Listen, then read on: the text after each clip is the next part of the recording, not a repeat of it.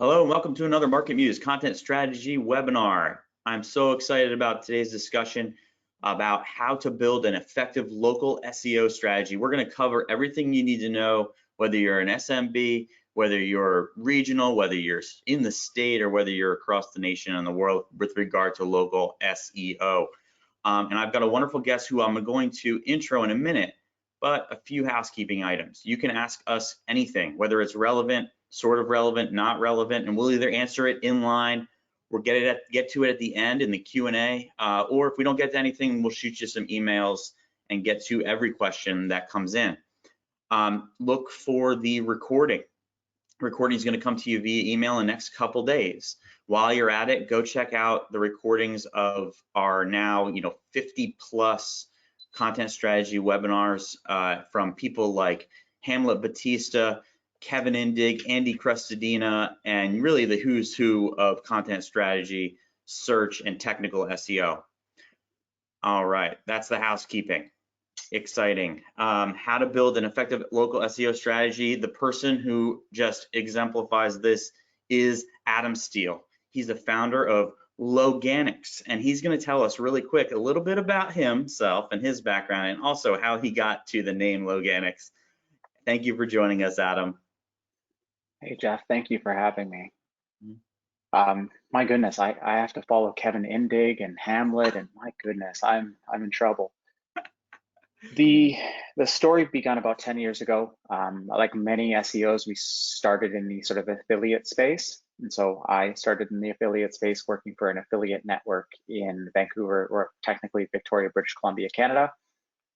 And that's where I was exposed to various different traffic channels, be it social, email. I spent a lot of time on the email side. And at the very tail end of my journey there, I learned about SEO, and SEO blew my mind. I couldn't fathom at the time that you could really manipulate isn't the word. I won't use manipulate, but at the time, manipulate was the word. The Google results and influence. Let's use influence. You could influence the Google results, and it stuck with me. And so I went out on my own, and at the time I was just going to be a full service agency. I could do everything. I could do email for you. I could do everything for you. I could do none of those things. And people were not hiring me for them because people could see that I had no idea what I was talking about. So trial and error ended up in a number of different internet marketing forums. And it's there that sort of a smaller, more niche focused local search service was born in about, I think, winter of 2010, just as a citation builder, just submitting to local business directories. And 10 years later, here we are doing still that, but also link building and a number of other SEO related services. Awesome. And you told me before when we were chatting that it's the combination of local and organic. That's the word. And now I get it. That made me so happy. Yes. I finally figured it out. You might be one of 10 people who know that, because it just never comes up. That's awesome. And we'll get into some things about how I would love to know a little bit more about how you think about link building today, and then how that's evolved over the years for sure. But let's get into the discussion. What would you see as kind of, if I'm just starting out, or if I'm an SMB and I think I'm doing it right, what are the things you need to be thinking about for, local SEO success today? And that's, 2020, it's so different now. I'd love to know a little bit more also about how you've seen that evolve over time. So to answer your first question, I would focus on your on-site, and that, it could be your content, it could be your on-site optimization. Then I would focus if you're a local-based business with an address, and there are plenty of local businesses without address. But if you're one with an address, then I would focus on your Google My Business, and I would focus on the basics, but take advantage of all the features that GMB or Google provides, because they help. And then I would focus on your link building. Gotcha. And No, those, for most businesses, unless you're, let's suppose you are a Miami personal injury lawyer, for most people, they aren't in a space that competitive. And thus, just focusing on the basics and putting, the majority of their budget and time in the basics is more than enough. And those basics have more or less been true for 10 years. Yep. And we'll talk about competitive landscapes and some strategy for competitive analysis and competitive cohort profiling in local, I think, a little bit later. And that's definitely in the more advanced section of these space, but it's really important to know.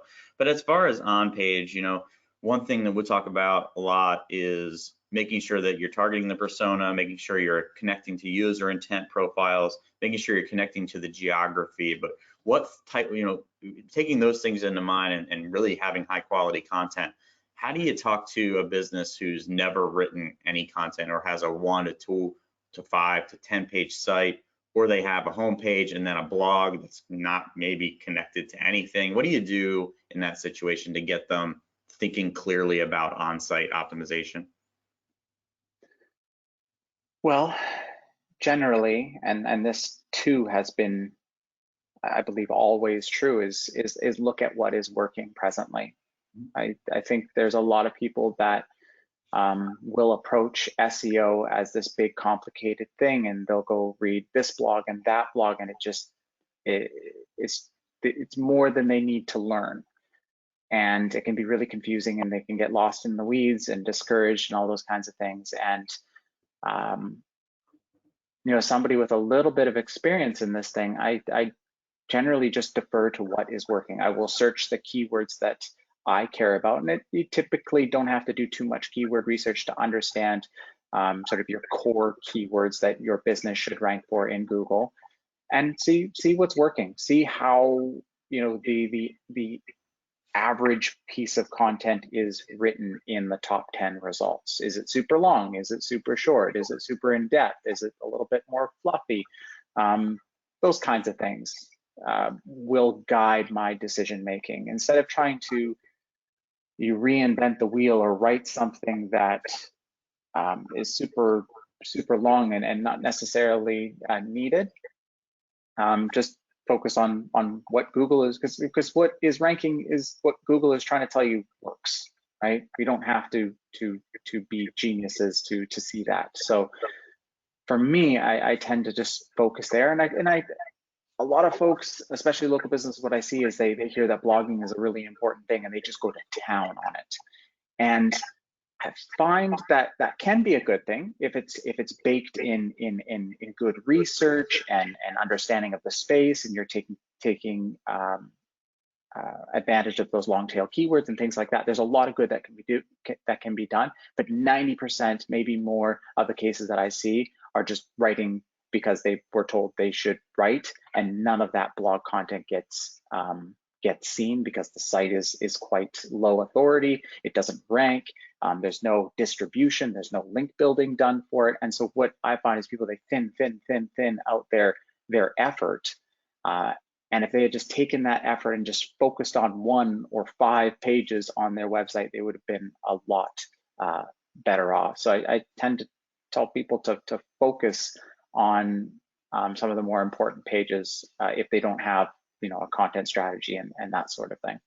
Yeah, I mean, you said it. It's really about having that content strategy and making sure it connects to the audience that you're focused on, and what are they worried about? How are they likely finding you? They're not potentially finding you with just your favorite keyword and the location. They might have challenges, might have problems, and I think you often, like you mentioned, you have people that they shoot for the universal and they try to write blog content on their favorite thing, as if it was universally focused, and they're not thinking about what somebody who's connected to the area, what somebody who's truly an expert on the topic would have written, to kind of show them that you're from here, show them that you have this target area or this target market. So I think you said that really well, is to say, don't try to build a lot of weak stuff.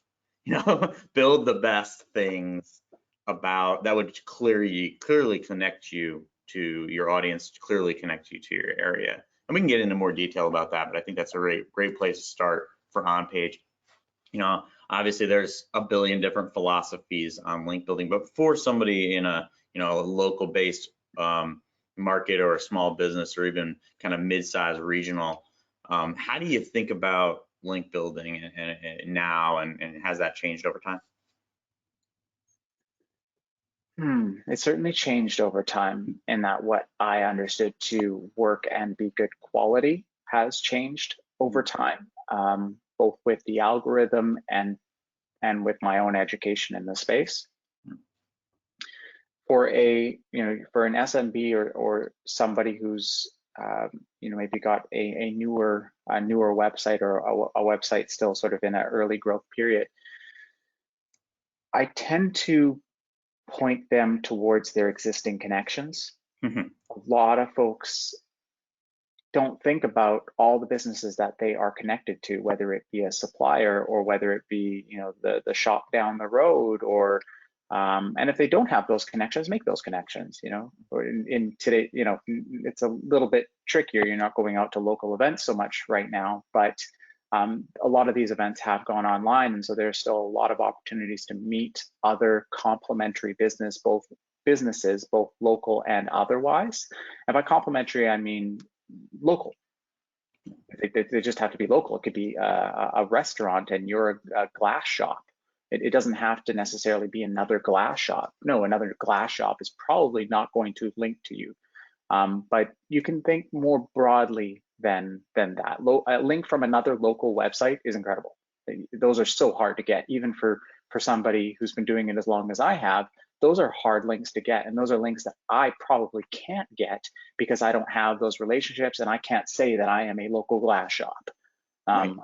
And me reaching out, I am the agency of record for blah blah. They're not going to want to talk to me, right?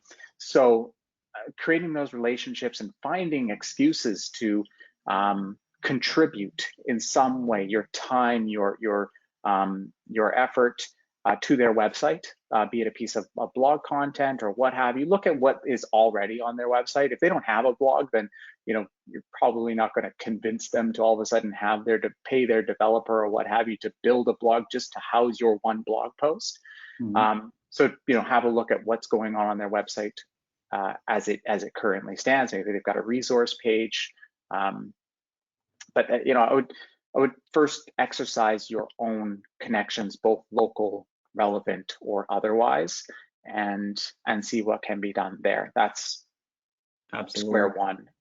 I think it's the most common mistake is not pulling the Rolodex out of your pocket and seeing where you have aligning goals with other businesses. Well, the easiest and best, most fun link building is business development. It's partnerships. It's your friends. Having people that have a lot of friends, people that have a lot of connections, have a lot easier time. And not asking for it like it's a cheap link or something. It's just really providing value and making it an obvious thing that this person wants to participate in. And in local, if they're not writing a lot, like you just mentioned, if they're not heavily focused on their site, actually making it still make sense, like almost like it's a collaborative effort, or something that they obviously, even if they know nothing about SEO, are going to go, oh, that makes sense for me. That makes sense for my business to publish. I think you've nailed it. So many people get that wrong, and they say the word SEO or they say the word link in those asks, and do your best not to ask in that way. And I think you're going to have a lot of success because, like you mentioned, if somebody's not focused on it, are they even going to know what the heck you're talking about? Frankly, talk about GMB, Google My Business. It's the kind of become the whale, of everything.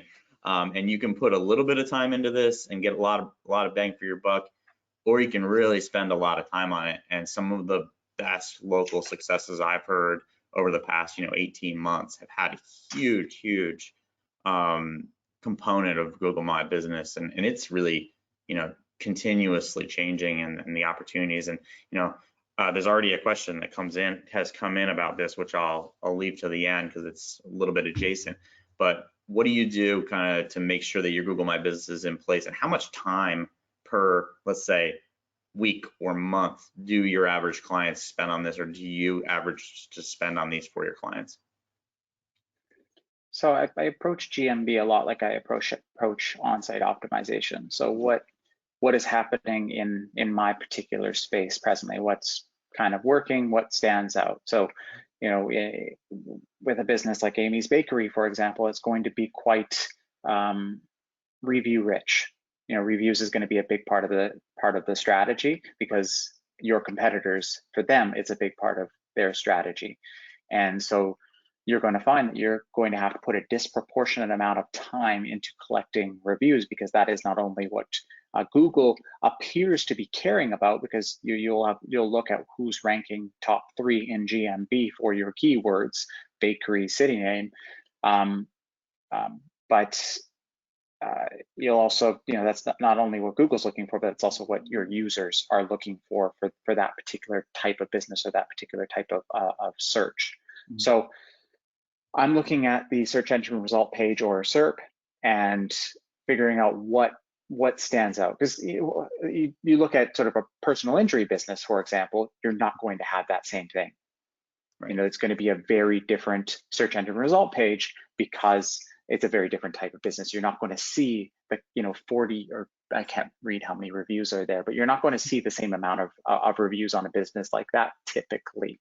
So your strategy, and if you all of a sudden, if you have 100 reviews and every other business has 1, that's going to look a little bit weird as well. So look at kind of what is obvious and what is kind of working, and start from that. There are a lot of basics in GMB. Just making sure that everything is filled out is pretty simple. There are a lot of really great beginner's guides for this online, so you don't have to look too far. And for GMB, for a lot of businesses, making sure that those basics are taken care of, not participating in sort of the spammy stuff. You know, put your business name on your listing. Don't try and sneak in keywords in your business name, because that's what you're seeing, you know, other people doing, or because maybe you don't know better. It's a very short-sighted strategy, and it generally will catch up to you in a lot of niches.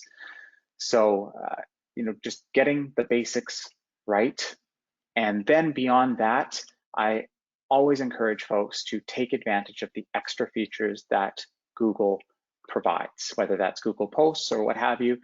Take advantage of their features, because they're there for a reason, and they do in fact influence, even in some small way, the algorithm. So they're there for a reason. Take advantage of them. I wouldn't put like a disproportionate amount of time necessarily into those, unless you see your competitors, and not just one competitor, but you see more than one competitor. You see some sort of a trend there, putting a disproportionate amount of effort into those features. Yeah, absolutely. I think that what you've nailed it. And just to summarize it, you're really examining what the norm is, and whether you standing out from the norm is going to provide a ton of upside, or, you know, it's just going to look weird. You know, so I think that's where you're coming up with, you know, that strategy and how much time you spend. You know, if you're posting in other places, you know, there's no reason not to, you know, to cross post on GMB. It's just an awesome way to get free eyeballs, more value out of this listing. One thing that I've also found is that photos, quite frequently, just get them all. Get any photo that's even worth a darn in, post it as a photo. A lot of times that's going to yield tremendous outsized returns, because you can't really predict on Google My Business which posts are going to do well, and which ones are not. There's just so much oddities in the mix of the way that they broadcast and they transmit. So if you're in a space where posts are doing well and my videos are doing well, and you are jockeying reviews, you know, making sure those 3 things are in tandem, you know, definitely. There's a lot of different post types as well. So examine those and which ones work for you. You know, with events, you've got, you know, updates and also like some variants. Like you mentioned, it's really figure out all the functions and that Google's giving you and determine which ones make sense for you. I think it's a really good idea, but learn about all those features, actually go through them and say, hey, what happens if I click this box? You know, I think that's really, really good advice. And if you're going to do something, do it well. So if you're Yeah. going to go all in on, or if you're going to even really mess around with images, and you're a business like a bakery, make sure those pictures are good, because that's what folks, visiting and locally are looking for, because we care about that sort of thing. That's why we're looking in the first place. That's why we're reading testimonials, is because we care about that stuff. The food should look awesome. So take some time and make sure that those photos are good, and not, I've been looking at real estate listings lately, and my goodness, they don't even make their bed. Like, who do they think they are? I mean, So you were up all night with your 6-month-old last night, but you're not going to take a picture of your house with a bunch of toys all over the floor, right? No. But I've seen that. I mean, it's amazing when I see stock photos on restaurants. I mean, it's bananas, right? Indeed. Yep. And it's not just for food businesses as well. I mean, if you're, I keep referring to the lawyer example, but people are looking for professionals. They're potentially spending good money on your services, and you need to look good. So photos are super important.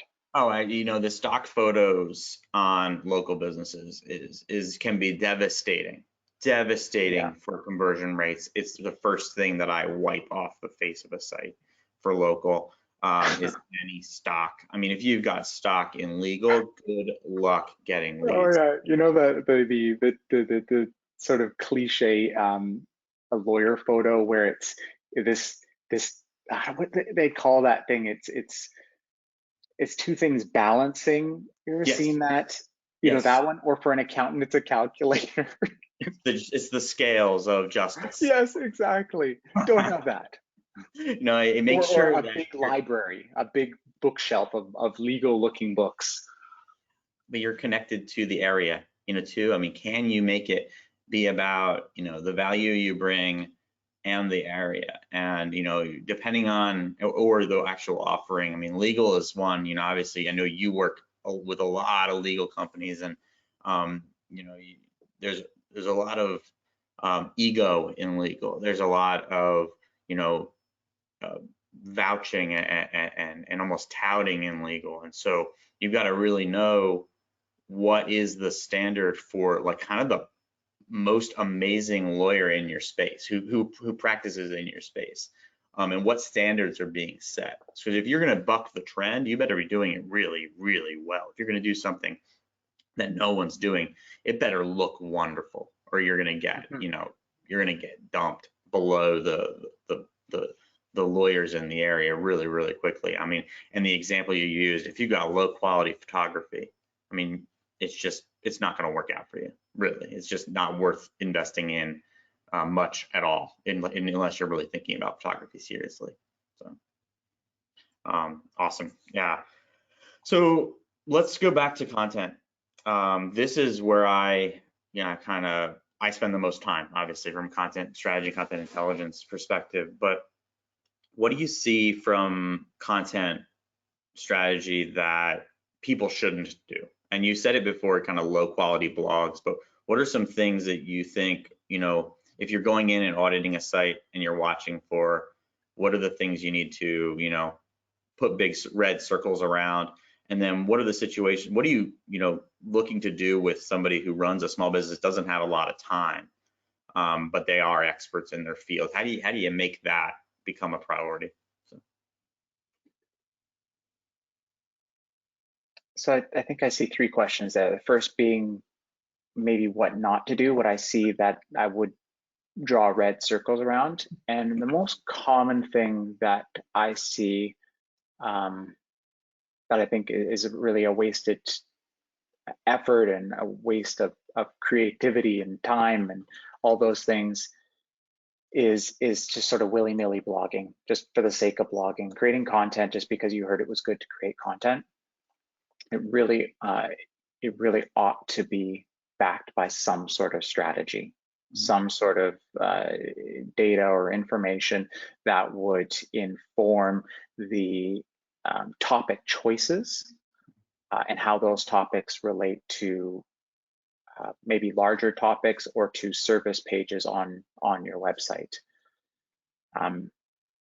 So, as a business owner or as a one person marketing shop, for example, use only or one person marketing team, for example, you only have so much time in the day. And right now we've already talked about 3 things that could take a lot of your time up potentially. So you need to allocate those resources very wisely, and just writing content for the sake of content is not doing that. And in fact, and the reason I would really draw some red circles around it is I find that it has a negative impact versus a positive impact, in that I find that people tend to thin out their site a little bit. So all of a sudden now they've got 100 blog posts and they've got 3, a home page, a service page, an about page, and maybe a contact us page.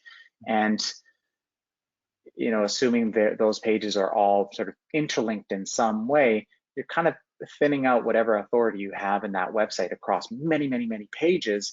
And really, you kind of want it a little bit more concentrated in certain spots than other spots. Mm-hmm. And so you should be quite intentional about every page that you add to your website, especially when you have a website that only has so much authority. And for most small, medium-sized businesses, that authority is going to be concentrated. You'll want that authority and time to be concentrated in, say, a home page, a couple service pages, and perhaps what we might call a couple pillar pieces of content, or so your most important pieces of content to drive sort of top of funnel traffic to become bottom of funnel traffic. Yeah, I mean, I think you've nailed it. It's, 2 things that you said that really sticks with me is make sure that those, you mentioned pillar content and support content, make sure it exhibits the expertise that you have, and make sure it truly represents your business and connects to the, what offerings you do describe, whether it be practice area, whether it be service. And I find, the other piece is, you talked about a top heavy site where it has 3 pages that relate to your business and 100 that are, rando blogs. Why aren't you diving deep on the problems that you solve for clients or prospects? Why aren't you diving deep on your expertise versus just, some sort of, like you mentioned, willy-nilly? It's like, why are you not recognizing that there's a purchase journey, whether you're buying socks, hiring a lawyer, or deciding what cookies to eat at a bakery? There is a purchase journey, and how much does your content connect to that journey, whether it be top of funnel or all the way down to kind of that decision-making process. I think that was really, really well done. You mentioned before what's working, today, and that could be, I guess, what's working for you already, what's working for the site already, but also what's working in the industry. How do you kind of take advantage of those situations? So we talked about right off the top, right, taking advantage of just the basics, doing the basics and doing them well. I always tend to want to start there. Make sure that nothing is plaguing you. You've got any on-site issues that potentially might be plaguing you, and may negatively impact any future efforts that you may engage in. We don't want to be spending a whole bunch of time working on content and you have a bunch of pre-existing 404s and duplicate content and all that kind of stuff, because you're just going to get real discouraged, because that stuff will never do particularly well because you have all these existing issues. So getting those basics done right off the bat is super important. And then going back to things that I commonly see is when is a local business will, or an agency that is working for that local business will, often because it's so important to the local business, and because they're midnight checking their core terms and sending an email to the agency and be like, hey, I'm not ranking for this quite yet, or this competitor scooted ahead of us. Though some of those core terms, especially if you don't already rank for them, are going to take some time, and it may be discouraging if your focus is 100% on those big core terms. And what I mean by that is, again, to reference the lawyer example, something like Miami DUI lawyer, or restaurant in Seattle. These are big terms that people have put a lot of effort, a lot of years, a lot of time, a lot of money behind, and it does not make sense that in 3 months you should be able to go from 4th page to 1st page or top of 1st page. It doesn't make sense unless you're doing something absolutely incredible, which is possible, but rare, or you're doing something spammy, which tends to be a bit short-sighted oftentimes. So I tend to make sure that a good percentage of time and budget is allocated to easy wins. Stuff that I would be able to put on a report for my client or for my boss, or just have as a business, as a way of sort of propelling my next steps and making me feel a little bit better about what I've done so far. Going after longer tail traffic, longer tail keywords that are maybe a little bit more top of funnel or a little bit earlier in the buyer's journey, and putting some effort behind them, because those tend to be keywords that aren't super competitive. If you don't have a website that has a ton of authority, you can still rank for those keywords without having to do too much. Yes, you're going to have to build out an excellent piece of content that is better in a number of ways than what already exists, if there is something already. And yes, you may have to find a couple ways to get links to that particular page, and that could be as simple as just linking to it from your social, but it also may be a little bit more complicated than that. You may have to go externally and find other websites that might find that piece of content valuable, or it may make a link to it from their website may make their content more valuable.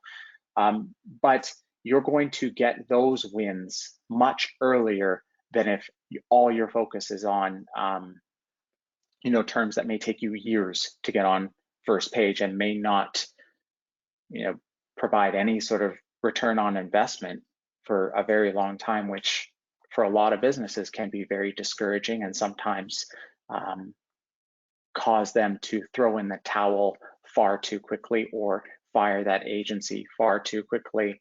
And no fault of anybody. It's just they've not created a strategy that sort of allows for those encouraging early wins.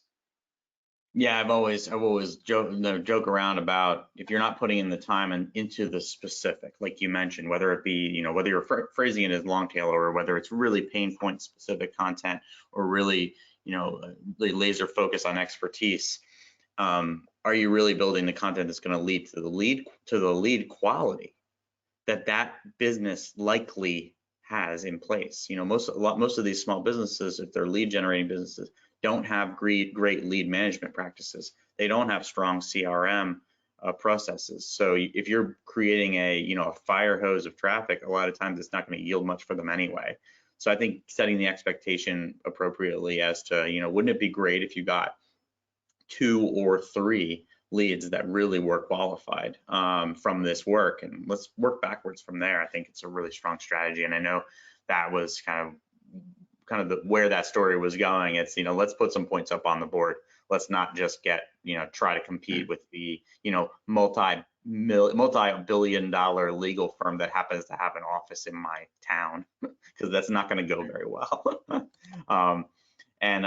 We mentioned on kind of from the standpoint of errors, but I was also kind of, you had alluded to it. How do you differentiate topic research and keyword research between are we going for it with the variant or modifier of the location, or are we just going for the general topic, but because we know the search result can be localized? How do you go about differentiating between those two things, or explaining that to people in a way that can be productive? And the example there would be, if I'm in Brunswick, Georgia, and I type in personal injury just there. I get some lawyers from that area. I get some lawyers and generalist content. But if I actually explicitly type in personal injury, Brunswick, Georgia, I get a different set of results potentially. How do you talk to people about that dynamic, and how do you research that? And how do you make sure that you are thinking critically about both types of queries?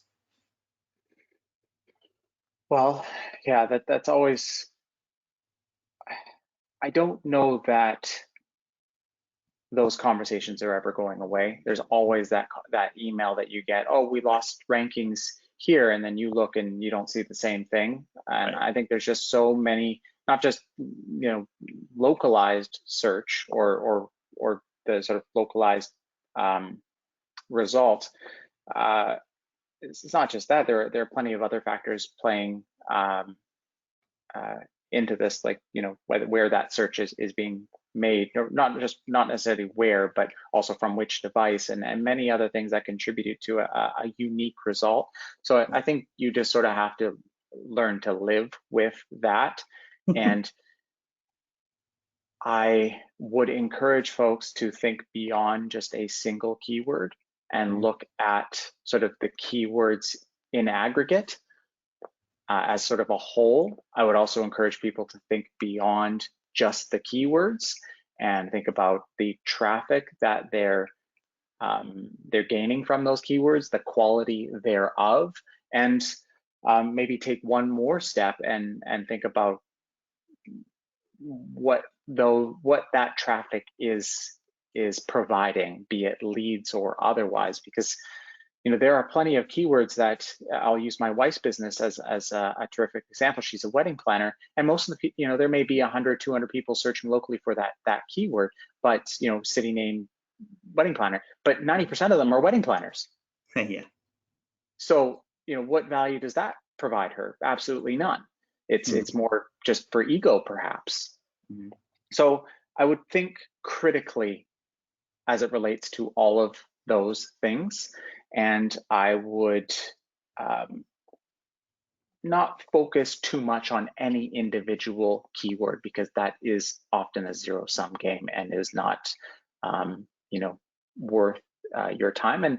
And finally, and I hope I have hit well on this question. If I haven't, please correct me.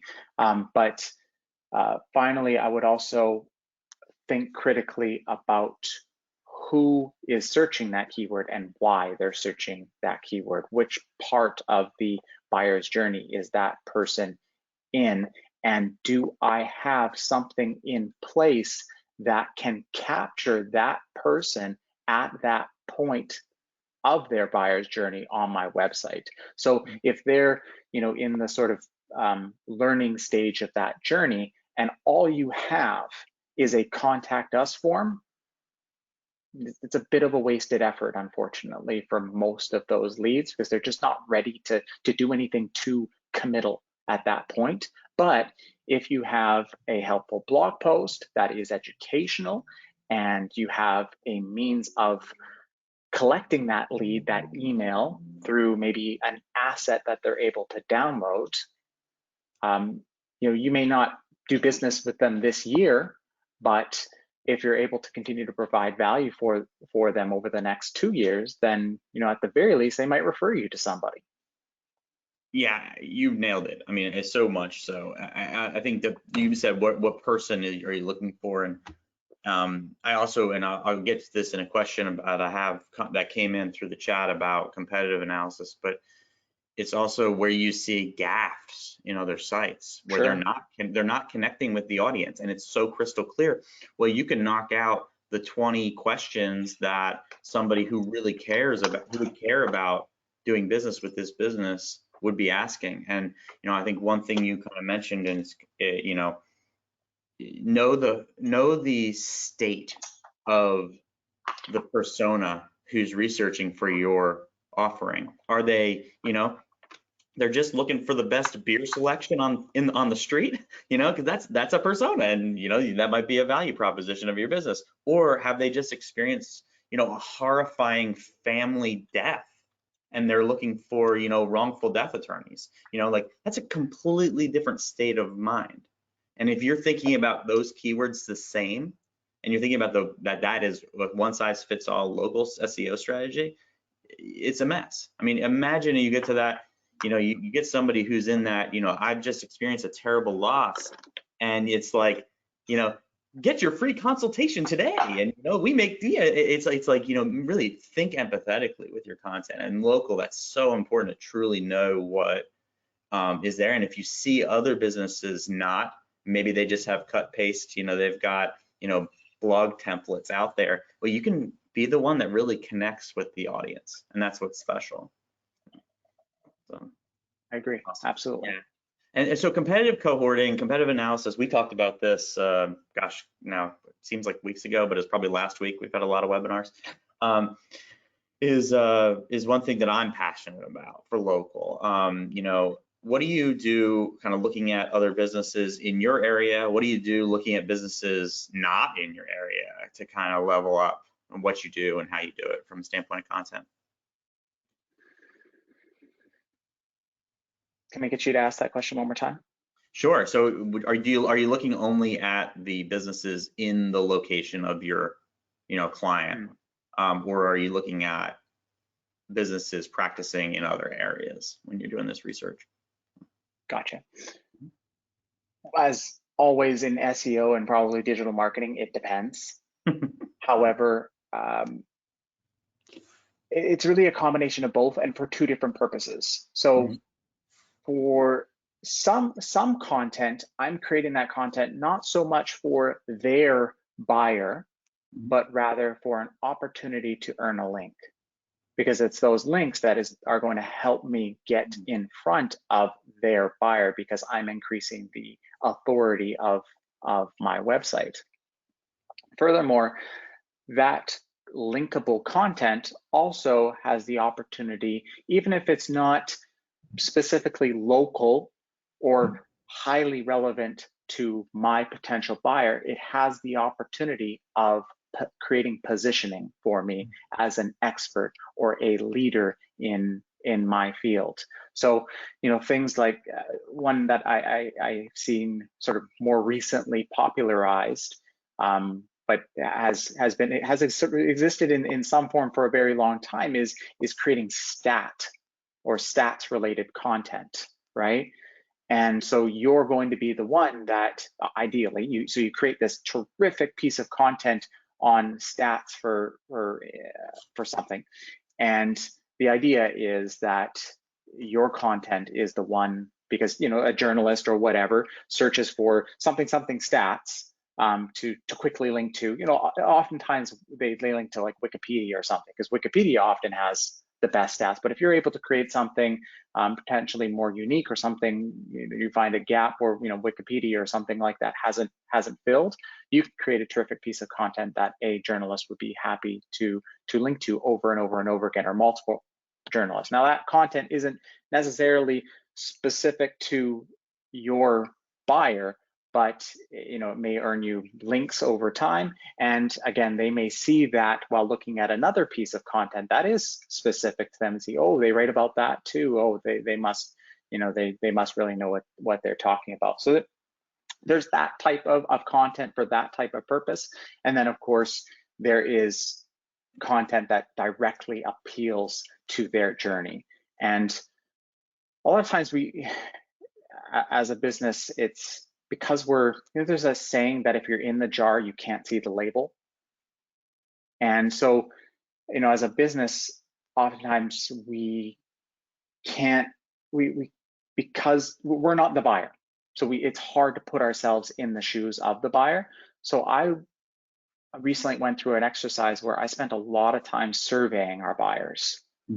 And basically putting together a survey, incentivizing them to fill it out with an Amazon gift card, for example, and learning about what is it that drives my particular user to my website. What problems are they trying to solve? And it was about a 10-question questionnaire.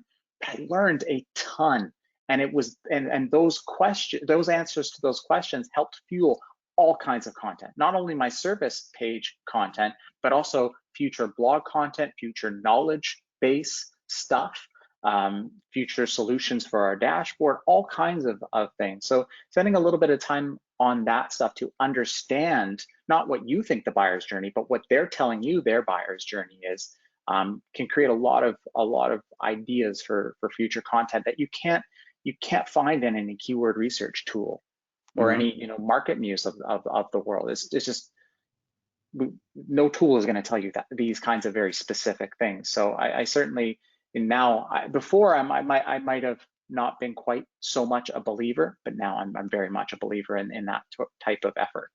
Yeah, customer feedback for local is critical. That's super important. And how can you turn that into content? And like you mentioned, I love the ideas that relate to, we will typically use data-driven content, and that's something you can find. Typically you'll find it in very, very competitive areas for the same types of businesses where they've thought about, statistics or data, in traffic accident data in, this particular region area of Idaho, and that just happens to be something that they're experts in. Well, you can do that in your area. So if you can find those types of data-driven content that makes sense for your business and would connect you to the area, that's great. And then also, if it makes sense, temporal content or news-related content, I think can be things that can be successful, but you just have to have the right expectations. Like you mentioned, it's not maybe not something that's going to happen today, but as long as it makes sense for you to be communicating for your business, I think that's a win. I love the idea of taking user feedback and turning that in almost like a what made you come here and what value do you see in a place like a place like this or a site like this, and then turning that into content. I think that's a beautiful to do. Awesome. Adam, so far so good. This is all amazing stuff. I've got some questions that have come in. You ready for them? I will try my best. Awesome. All right, Adam, you said linkable content for service area focused businesses. I guess that means they have a practice area, but they are in a location. I assume a person who asked Raphael, hopefully I'm getting this right. How about what types of linkable content would you recommend for someone who exists in a location and has a wider net service area? So I'll use my wife's business as an example. She's done more for her SEO than I've done for her. She just has this, she's just very smart. And one of the things she started, she's Vancouver based, but she's also she's trying to branch out into destination planning. So planning weddings in Paris and other destinations such as this. Terrific time for that, by the way, given COVID and whatnot. But she's creating content specific for these areas that I believe is highly linkable. So for example, top engagement photo shoot spots in Paris. Now it's super long tail, but you can totally imagine brides both local to Paris and not searching for content like that. And you can also imagine other websites, be it just like people pinning these photos that she has on her website on Pinterest, Pinterest being a big driver of leads for her business. Yep. You can totally imagine people grabbing her photos, pinning her photos, and that sort of thing. So creating sort of this tangential content like that is and has been super helpful for her type of business. I don't know, how, I can't think of examples on the ready for say like a plumbing business or what have you, but think about what you might search for if you were, let's say the individual asking the question recently had to search something to fix a garage door of theirs. What did they search? What solutions did they find? Now, are there other people potentially searching for those same things related to repairs in their own business, say, be it plumbing or what have you? Can we create some content around that? And what kind of content, and this is one of the things I meant to get to earlier, is what content is that person best suited at creating? Because if you know, if they think they need to do video, but they suck at video, don't do video. You don't Right. need to do video, but try and find a medium that is best suited to you, because it's going to show, right? If I'm super awkward on video and I'm creating a bunch of videos that probably not going to do super well, but if I'm well written, or if I can learn to be more well written, then chances are that that content is going to do what it is that I want it to do. Love it. Wasn't a terrific answer to that question, I but think perhaps you can help me out. I think it was. I think that the add-on there, and oddly enough, you must be reading my diary because my garage door did break. The garage door opener did break this past week. And you know, you've got to put the reason why I say that is you've got to put yourself in the shoes of that person with that challenge and the different things that might be going through their mind in that experience. And in something like that, you're thinking, should I build or buy, right? Can I do this myself? So you're thinking, you're going through that process of that pain, and what content items would you create that would make a lot of sense to link to, that would clearly illustrate your expertise. You might say, here's the fixes that you can do it yourself, here's the ones that you can't, here's the stuff that is under warranty, here's the stuff that isn't, illustrating, you know, the brands and, you know, the guides to those things. You know, you walk through those you know, those challenges, and it can turn into a content package that's very, very exciting and linkable. Yeah, and I might also add to think about what kind of content is still going to be useful a month from now. Yep. You know, create content, as they call it, evergreen, that is going to outlive a month, outlive a year potentially. And imagine yourself returning to that piece of content a year from now. Is there going to be things that you can add to it to improve it? Because you should be doing that anyways. And if the answer is no, then it might actually not be a piece of content that is worth creating. Now, it's not necessarily true all the time. You know, lawyers write about you know, newsworthy things that are happening in the news today that may earn them a bunch of links right away, but then after a month, it never gets looked at ever again. But it served its purpose. It earned those links, it earned that traffic during that particular time.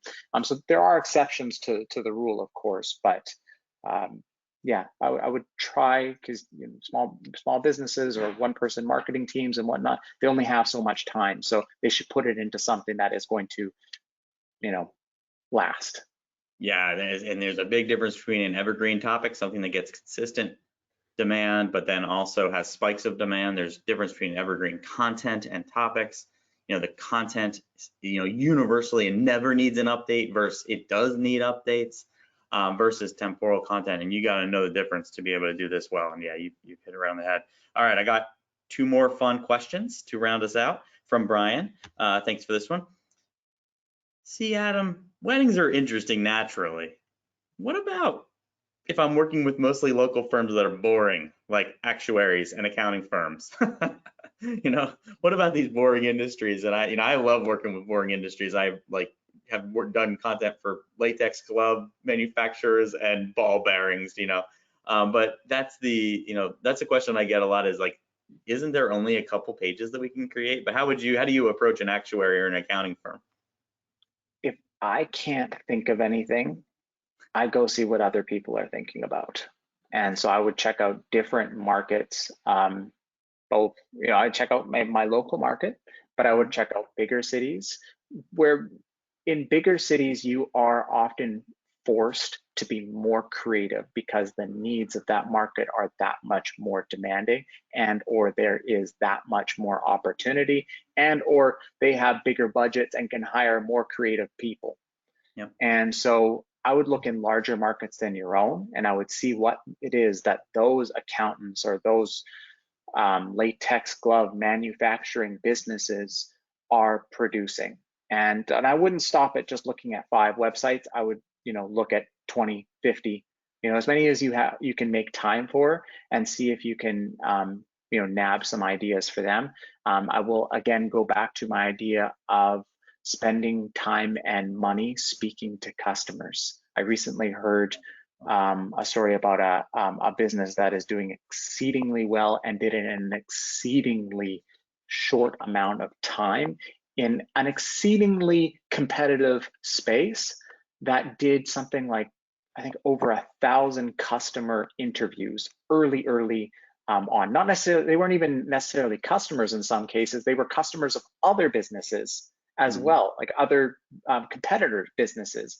They were able to get in touch with people that had used those businesses and ask them a bunch of questions. They spent all this time up front really understanding those needs and those journeys. And from that, I suspect, now they didn't say this explicitly, but I expect they would be able to get all kinds of different content or different content ideas. I would also look at, to go back through any of your communication, text, emails, whatever, voicemails, anything that you have, and look at questions that were asked of you. Because in that exercise that I recently went through, they went through all our chat logs, and they found things that were asked more than one time, and it's those that will become new topics for our knowledge base or what have you in the future.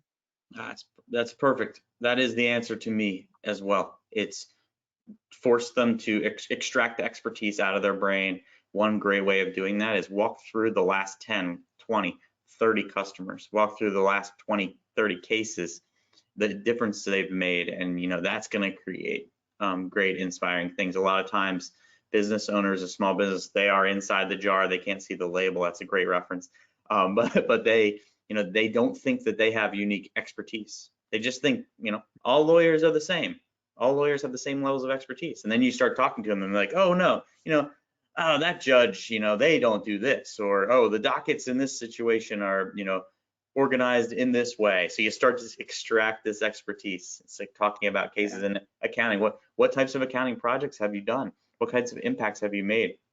Is accounting different for this type of business versus that type of business? You're going to come up with a lot of things that really exhibit expertise. And so I think spend time on those questions.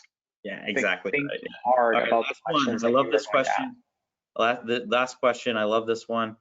What's your best advice for SERP domination and PPC on Google My Business listings? Oh, this is such a tricky, awesome question, but I think it's perfect to end the talk today. What's your best recommendation for really owning an entire search results page with local? So owning as much sort of, as I would call it, SERP real estate as possible.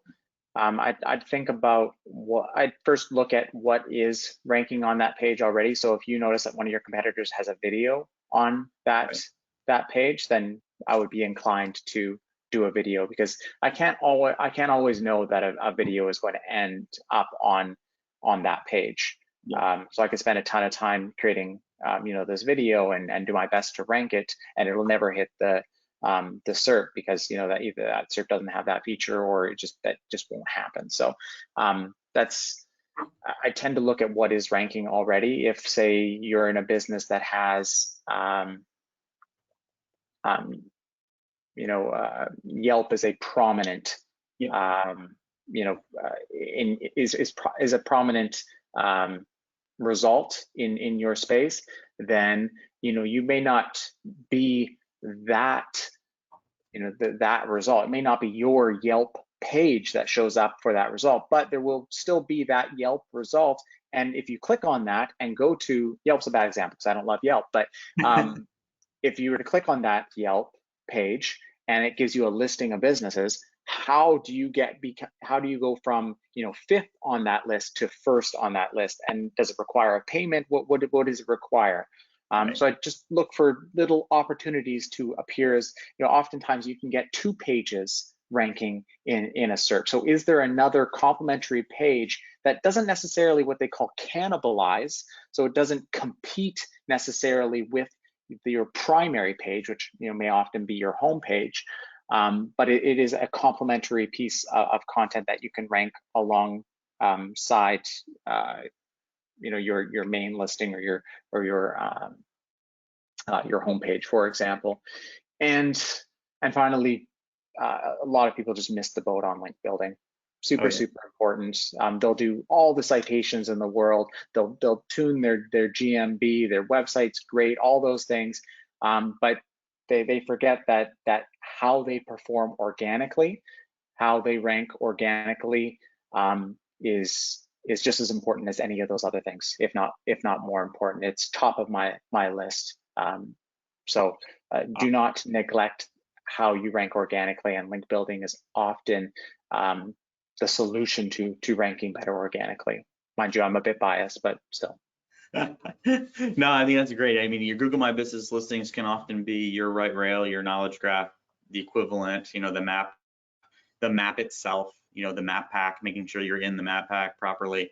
You know, paid can certainly add 2 slots for you in that situation where you're above the map. You can actually buy the map as well. You can have a fourth or fifth or whatever. If there's 3 naturally, the 4th one can be your paid pin. And you know, and directories are ways in as well, like you said. So you can have this situation. Well, one, hey, this is worth the price. Just make sure it's for a worthwhile keyword, because all that costs money.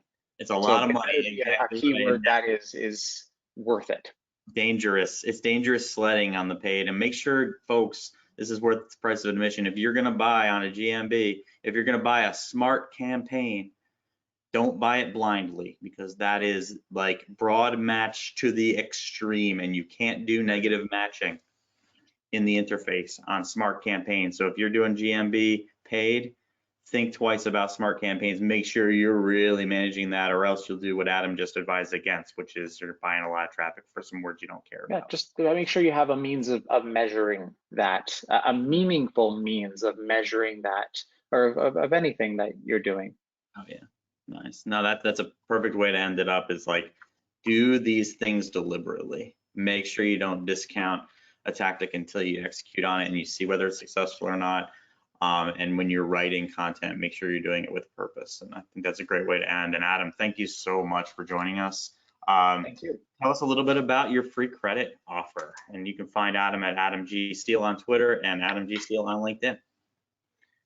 Yeah, so this is typically catered towards folks that are already customers. It's not that this sort of feature hasn't been built for folks that aren't. So it's a little bit of a runaround, but essentially you can get $100 worth of free credits if you go to that page.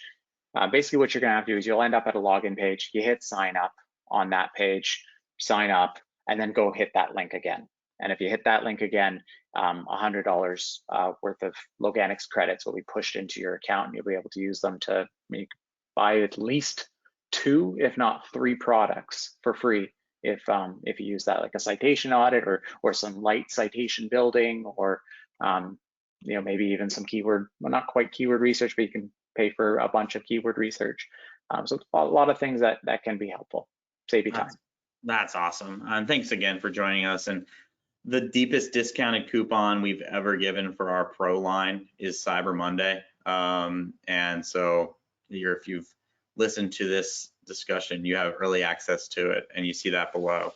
So check that out if you're interested in Optimize Plus or Pro, which are our self-serve offerings. Thanks again, Adam. It's really been a pleasure, and a lot of useful information. I think this is going to be one that people are looking at for local SEO success. Cheers. Thanks, Jeff.